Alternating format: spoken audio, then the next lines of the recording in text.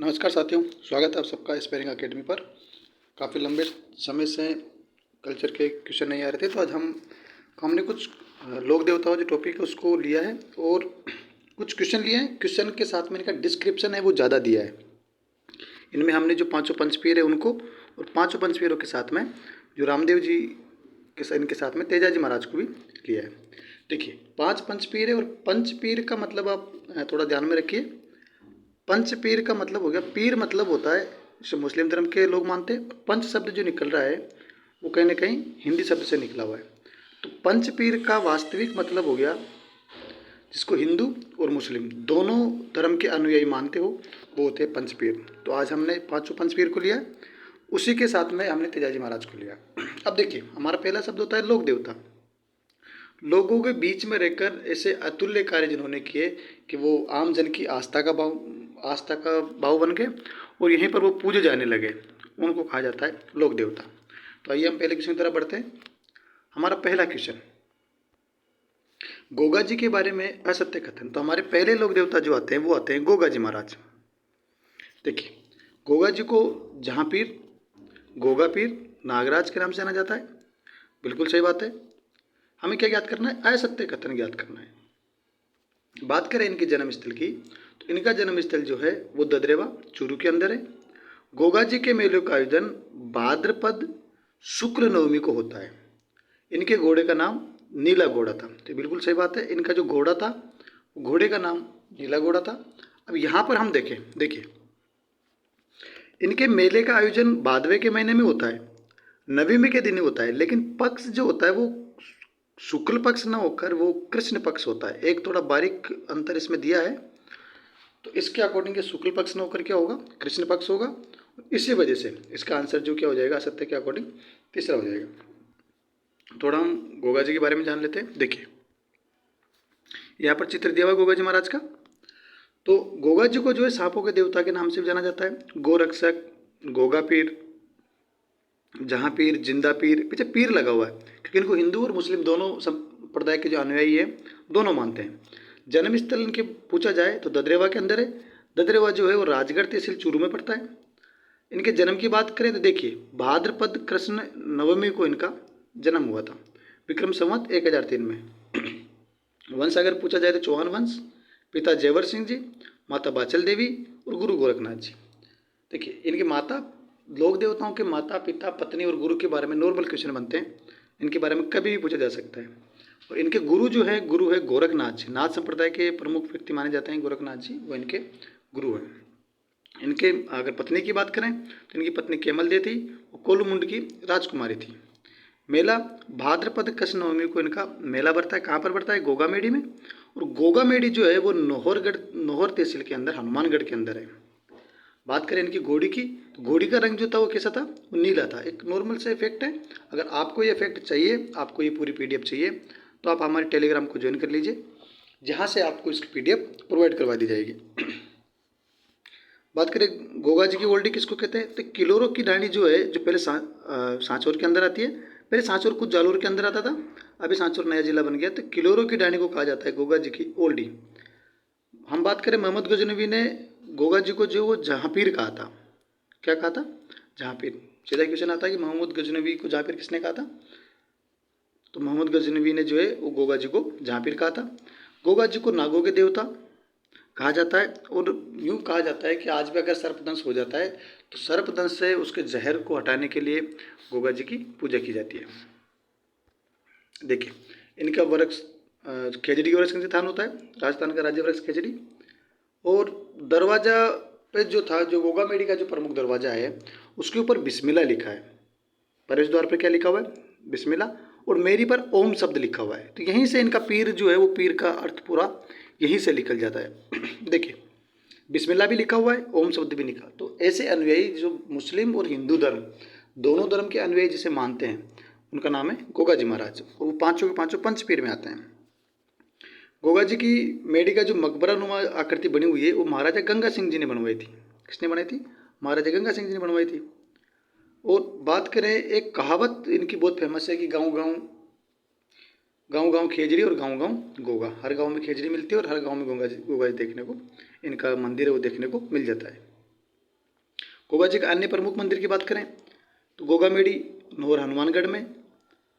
सांचौर की बात करें तो सांचौर की जो बनावट है मेढ़ी की, उसकी गोगा जी के मंदिर की, वो मस्जिद नुमा है। ध्वज की बात करें सफ़ेद रंग का होता है और सर्प सांप जो होते हैं इनका प्रतीक माना जाता है। इनके जागरण जो होता है, जागरण के अंदर डेरू और माट वाद्य यंत्र का प्रयोग किया जाता है। इतना इंपॉर्टेंट नहीं है लेकिन फिर भी आप देख लेना चाहिए। यूँ कहते हैं कि राजस्थान के किसान जो होता है वो हल जोतने से पहले गोगा राखड़ी जो है वो हल को बांधते और इनकी गांठें जो है 9 गांठें लगाई जाती थी। पुराने टाइम पे जो हल जोता करते थे उसमें गांठ जो कितने लगाए जाते, 9 गांठ लगाए जाते। अब यूँ कहते हैं कि गोरक्षा को लेकर जो जितने भी अधिकतर लोक देवता हमारे राजस्थान में हुए, वो अधिकतर उनका संबंध जो है गोरक्षा से रहा है। गोगा जी के बारे में कहा जाता है कि गोगा जी ने गोरक्षा के लिए जो विदेशी आक्रंदा थे, जिन्हें महमूद गजनवी से, उनसे युद्ध किया था और अपने प्राणों को न्यौछावर कर दिया था। तो यूँ कहा जाए कि कौन से लोक देवता ने महमूद गजनवी से युद्ध किया था, तो कौन से थे? गोगा जी महाराज थे। अब ये थोड़ी मान्यता है राजस्थान में कि जो युद्ध करते हुए था वो सिर था वो वहाँ पर गिरा था और दर्द जो था वो चूरू के अंदर गिरा। तो अलग अलग प्रकार की इनकी मान्यता है। तो इस प्रकार से ये कुछ फैक्ट है गोगा जी महाराज के बारे में। अगर आपको ये PDF चाहिए तो आप हमारे टेलीग्राम से इसे ले सकते हैं। हमारे दूसरे जो पंचपीर या लोक देवताओं में जो आते हैं वो आते हैं हमारे रामदेव जी महाराज। देखिए, इसमें पूछा है कि रामदेव जी के बारे में असत्य कथन छांटिए। रामदेव जी की बात करें हम तो रामदेव जी महाराज को जो है पीरों के पीर, रामसा पीर और रूणीचारा धणी के नाम से जाना जाता है। वैसे हमें पता है रामदेव जी के भंडारे भी लगते हैं, हम आसपास देखते हैं सारी चीज़ें, तो ये नाम हमें हर भजन में देखने को मिल जाता है। पीरों के भी पीर, इनको कहा जाता है पीरों के पीर। पीर तो नॉर्मल इसको दोनों मानेंगे, लेकिन ये पीरों के भी पीर है और इनको रामसा पीर भी कहा जाता है। और रूणीचा के धणी जो है इनको कहा जाता है। इनकी जन्म की बात करें तो जन्म थोड़ा इंपॉर्टेंट होता है, जन्म को विषय ध्यान रखें। उंडू काश्मीर जो कि शिव तहसील है बाड़मेर की, वहाँ पर इनका जन्म हुआ था। बात करें इनकी फड़ का वाचन कौन करता है तो मेघवाल जाति या कामड़िया पंथ के जो लोगों द्वारा इनकी फड़ का वाचन किया जाता है। इन्होंने छूत अछूत जो परंपरा थी उसका विरोध किया था और पिछड़े हुए समाज को मुख्य धारा में लाने का कार्य किया था। इसलिए पिछड़े हुए समाज के अधिकतर जो व्यक्ति इनके अनुयायी होते हैं। हमारा चौथा ऑप्शन है रामदेव जी की धर्म बहन कौन है। अब ध्यान से देखिए इसको, यहाँ पर धर्म बहन पूछा है। रामदेव जी की बहन सुगना बाई, इसमें कोई डाउट नहीं है, लेकिन हमसे क्या पूछा है? धर्म बहन। और इनकी धर्म बहन जो थी वो डाली बाई थी। धर्म बहन वह होती है जो राखी बांध दी जाती है या किसी भी व्यवहार के अकॉर्डिंग उसको बनाई जाती है, वो धर्म बहन होती है। देखिए, इनके बारे में कुछ फैक्ट देख लेते हैं। जन्म की बात करें तो उंडू काश्मीर के शिव तहसील में हुआ था, हम पहले बात कर ले इसके बारे में। 1352 को हुआ था। और देखिए, भाद्रपद शुक्ल द्वितीय को हुआ था, शुक्ल पक्ष के द्वितीय को, जिसको अपन बाबेरी बीज बोलते हैं। और अगर इनके वंश की बात करें तो तंवर राजपूत वंश इनका था। माता पिता का नाम थोड़ा ध्यान में रखना। माता थी मैणा दे, पिता थे अजमल पंवार, कहते हैं ना अजमल रा कंवार तो हो गए अजमल पंवार। पत्नी थे वो नेतल दे या निहाल दे, कभी आपने सुना होगा नेतल रा बरतार, तो वो नेतल दे ये इन्हीं के लिए यूज होता है। इनके गुरु जो थे वो बालीनाथ जी थे। कौन थे? इनके भी नाथ संप्रदाय से संबंधित था। और इनके गुरु जो थे वो कौन से थे? बालीनाथ जी थे। इनकी समाधि जो है मसूरिया के अंदर, बालीनाथ जी की समाधि कहाँ पर है? मसूरिया के अंदर है। रामदेव जी की बहन की बात करें तो डालीबाई जो थी वो इनकी धर्म बहन थी। और देखिए, अब रामदेव जी के उपनामों की बात करें, उपनामों के बारे में खूब सारा पूछा गया है कि इनको पीरों का पीर कहते हैं, रामसा पीर कहते हैं, कृष्ण का अवतार कहते हैं, रूणीचारा ठाकुर जी सांप्रदायिक सद्भावता के देवता जो इनको माना जाता है। इनके मेले के अंदर हर समाज हर धर्म के लोग आते हैं, तो सभी लोग इनको मानते हैं। इनके अगर बड़े भाई की बात करें तो इनका बड़े भाई का नाम था वीरमदेव था। और इनका घोड़ा का रंग जो था वो नीले रंग का घोड़ा था, जिसका नाम था लीला। घोड़े का नाम अगर पूछ ले रामदेव जी के तो घोड़े का नाम क्या था? लीला इनका नाम था। अब यूँ कहते हैं कि रामदेव जी कहते हैं कि कपड़े का घोड़ा जो है बनाया जाता है, जब रामदेव जी को हम कुछ भेंट करते हैं तो कपड़े का घोड़ा रामदेव जी पे चढ़ाया जाता है। और फड़ की बात करें तो कामड़िया पंथ के जो बोपे हैं वो इनकी फड़ का वाचन करते हैं। और जिस वाद्य यंत्र का इसमें प्रयोग करते हैं वो होता है रावण हत्था। इसका थोड़ा ध्यान में रख लेना कि रावण हत्थे का वो इस्तेमाल करते हैं। और यूँ कहते हैं कि इनकी फड़ का चित्रांकन चौथमल चितेरे ने किया था। जो फड़ का चित्रांकन किया था किसने किया था? चौथमल चितेरे ने किया था। ये रामदेव जी से कुछ फैक्ट थे, थोड़ा और देख लेते हैं। देखिए, पढ़ का वाचन कौन करते हैं? तो मेघवाल जाति के कामड़िया पंथ के लोग करते हैं। हमने अभी थोड़ी देर पहले बताया कि पिछड़े जो वर्ग था उनको मुख्य धारे में लाने का प्रमुख कार्य किया था, इसलिए जो पिछड़े वर्ग के जो लोग हैं वो अधिकतर इनके अनुयायी देखने को मिलते हैं। इनकी ध्वज केस क्या कहलाती है? नेजा कहलाती है। और नेजा हमेशा कैसी होती है? सफ़ेद होती है, जिनके ऊपर 5 रंगों की बनी हुई होती है।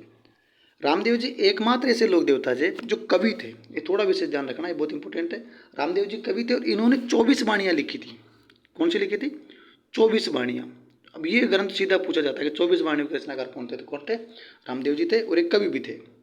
छुआछूत के खिलाफ थे, हमने पहले देख लिया। प्रतीक चिन्ह की बात करें तो रामदेव जी महाराज की पगलियाँ जो है इनके प्रतीक चिन्ह के रूप में देखे जाते हैं।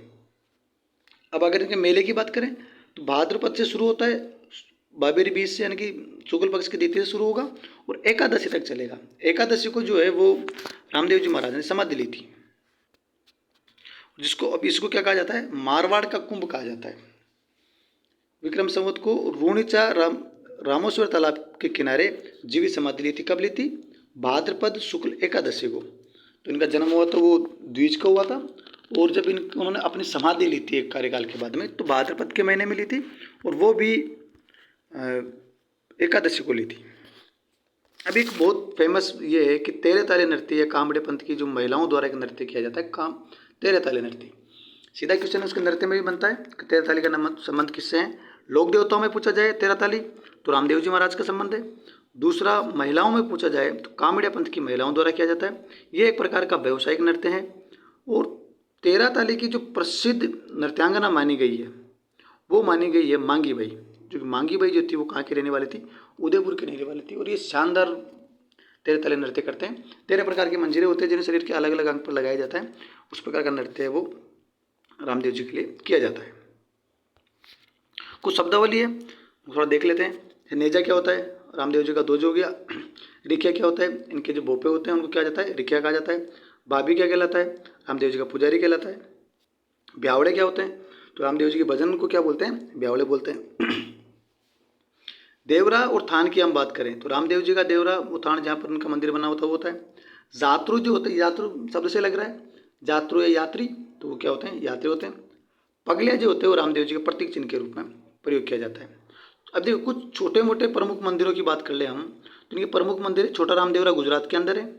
जैसलमेर में पोखरण के मंदिर का जो निर्माण है वो गंगा सिंह जी ने करवाया था। ये थोड़ा ध्यान रखना कि पोखरण के मंदिर का निर्माण जो है वो गंगा सिंह जी ने करवाया था। वह अगर अजमेर के खुंडियास में जो मंदिर है इसी को कहा जाता है छोटा रामदेवरा। क्या कहा जाता है? छोटा रामदेवरा।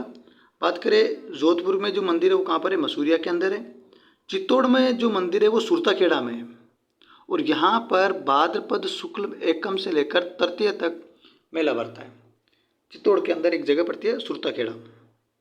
और पाली में जो मंदिर है वो कहाँ पे? बराठिया के अंदर है। इनके प्रमुख मंदिर हैं।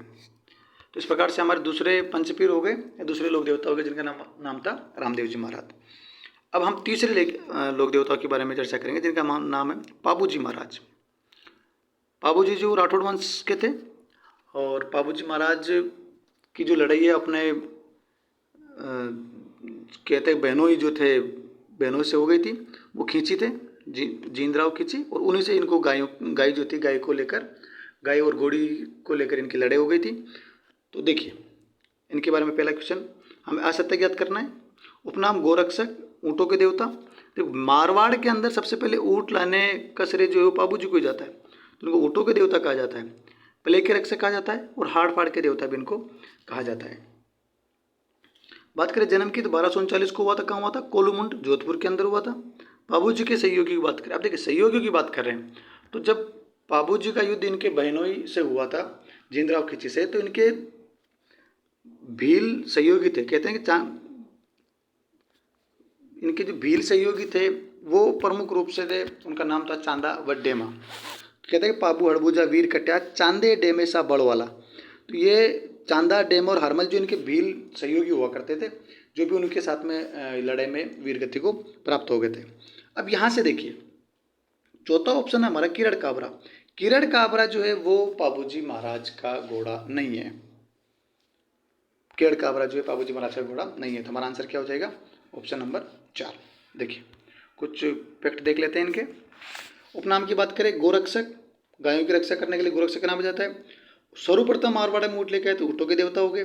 प्लेग के रक्षक भी इनको माना जाता है और हाड़ पाड़ के देवता माना जाता है। जन्म इनका कोलमुंड के अंदर हुआ था।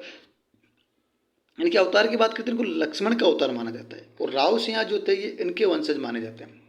जोधपुर के जो राठौड़ वंश है उन्हीं के वंशज इनको माना जाता है। इनके पिताजी का नाम था धांधल जी राठौड़। क्या नाम था? धांधल जी राठौड़। माता कमलिया दे थी, वो पत्नी थी वो सुप्यार दे थी। घोड़ी थी केसर काल में। अब ये सारी लड़ाई जो इनके बीच में हुई थी वो हुई थी केसर काल में घोड़ी को लेकर।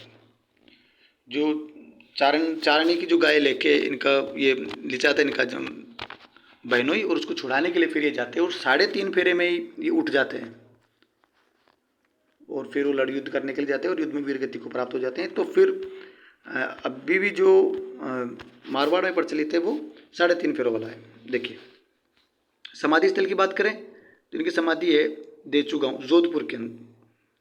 बात करें मुख्य मंदिर की तो मुख्य मंदिर हो गया कोलुमुंड के। बाबू जी का मेला जो है वो चैत्र अमावस्या को लगता है। अन्य मंदिर की बात करें इनके तो आहाड़ के अंदर है और उदयपुर के अंदर है। बाबू जी के सहयोगी की बात करें चांदा, डेमेला, हरमल और सलजी सोलंकी जैसे इनके सहयोगी थे। मैंने कहा था बाबू, हरबूजा, वीर कट्टे, चांदे, डेमेसा, बड़वाड़ा। तो चांदे और डेमा जो थे इनके वीर सहयोगी थे। देखिए बात करें इनके चिन्ह की तो इनको ऐसा दिखाया जाता है कि भाला लिए अश्वरोही के रूप में इनको दिखाया जाता है तथा बाईं तरफ झुकी हुई पगड़ी है पहने हुए रहते हैं। राजस्थान में सबसे ऊँट लाने का श्रेय जो बाबू जी को दिया जाता है। अब चूंकि ये ऊँट लाने का काम करते हैं और ऊँट लाने का काम ऊँटों का प्रमुख कार्य जो है वो राजस्थान में जिस जाति विशेष के लोग विशेष रूप से करते हैं वो है रायका जाति। तो रायका जाति के जो प्रमुख आराध्यदेव माने गए वो भी बाबूजी महाराज माने गए। रायका रेबर जाति का आराध्यदेव कौन माने गए? बाबूजी महाराज माने गए। रायका जाति के अलावा बाबूजी के भील, नायक, थारी जाति के में भी खूब लोकप्रियता है इनकी। मेहरा जाति के मुसलमान बाबूजी की पूजा करते हैं तो इसीलिए इनको पीर कहा जाता है, क्योंकि मेहरा जाति के जो मुसलमान है वो भी बाबूजी की पूजा करते हैं। यूँ कहते हैं कि राजस्थान में ऊँट बीमार होने पर बाबूजी की फड़ का वाचन किया जाता है। बाबूजी फड़ का वाचन नायक या दोहरी जाति के लोग करते हैं। वो पूछ लिया जाए कि कौन सी जाति के लोग बाबूजी की फड़ का वाचन करते हैं तो नायक या दोहरी जाति के लोग करते हैं। बहुत बढ़िया। अब हम आगे देखते हैं। बाबूजी की फड़ का वाचन करते समय जिस वाद्य यंत्र का प्रयोग किया जाता है उसका नाम है रावण हत्ता वाद्य यंत्र। और सबसे लोकप्रिय फड़ जो है वो बाबूजी की फड़ मानी गई है राजस्थान के अंदर। किसकी मानी गई है? बाबूजी की फड़ मानी जाती है। और उनके भक्तों के द्वारा जो है बाबूजी के पावड़े गाए जाते हैं। और पावड़े गाते वक्त गाते समय जिस वाद्य यंत्र का प्रयोग होता है वो माठ वाद्य यंत्र का प्रयोग किया जाता है। थोरी जाति के लोग जब बाबूजी का वाचन करते हैं उस समय सारंगी वाद्य यंत्र का इस्तेमाल करते हैं। थोड़ी जाति करते हैं सारंग का और बाकी वैसे नॉर्मल इनके गाते हो क्या करते हैं माद वाद्य यंत्र का। बाबूरा चंद जो कि देखिए बाबूजी के जीवन के ऊपर मोड़जी आसिया ने आशा मोड़जी ने एक पाबू प्रकाश ग्रंथ लिखा है। इनके बारे में थोड़ा पूछा जा सकता है कि पाबू प्रकाश ग्रंथ की रचना किसकी है? तो ओसिया मोड़जी के द्वारा है। बाबूरा चंद ग्रंथ बिट्टू के द्वारा लिखा गया था। किसने लिखा था? बिट्टू के द्वारा लिखा गया था। और बाबूजी की याद में अगर नृत्य की बात करें तो थाली नृत्य किया जाता है। कौन सा नृत्य? थाली नृत्य। और कहाँ फेमस है? मारवाड़ के अंदर फेमस है। बहुत बढ़िया। अब देखिए इसके बाद हमारा अगला कागली लोक देवता जाते हैं वो है हड़बूजी सांकला। इनके अगर उपनाम की बात करें तो शकुन शास्त्र के इनको ज्ञाता कहा जाता है। चमत्कारी पुरुष है, वीर और सन्यासी इनको कहा जाता है। जन्म हुआ था बुंडेला नागौर के अंदर। हड़बूज सांकला शकुन शास्त्र के ज्ञाता थे। हड़बूज ने राम जी के 10वें दिन समाधि ली थी। ये थोड़ा देखने वाली बात, 10वें दिन जो समाधि नहीं ली थी। अब देखिए इसका आंसर क्या हो जाएगा? Answer number 4। हम इसे कुछ फैक्ट देख लेते हैं। देखिए शकुन शास्त्री ज्ञाता हो गए, चमत्कारी पुरुष हो गए, वीर, सन्यासी, सिद्ध, वचन, योगी, सन्यास, वीर योद्धा जो है इनको कहा जाता है। जन्म हुआ था बुंडेला नागौर में। हड़बूजी सांकला जो है रामदेव जी क्या थे? मौसेरे भाई थे। उनकी प्रेरणा से हड़बूजी ने अस्त्र शस्त्र त्याग कर योगी बालीनाथ से दीक्षा ली थी। इनके गुरु इनके भी कौन हो गए? बालीनाथ जी हो गए। और यूँ कहते हैं कि इन्होंने अस्त्र शस्त्र सब त्याग दिया था। वाहन हो गया इनका सियार। पूजा स्थल जो है बेंगटी फलोदी के अंदर है। कहाँ पर है? बेंगटी गाँव फलोदी के अंदर है। और इसमें भाद्रपद पक्ष में इनका मेला बढ़ता है। हड़बूजी सांकला के शकुन शास्त्री ज्ञाता थे।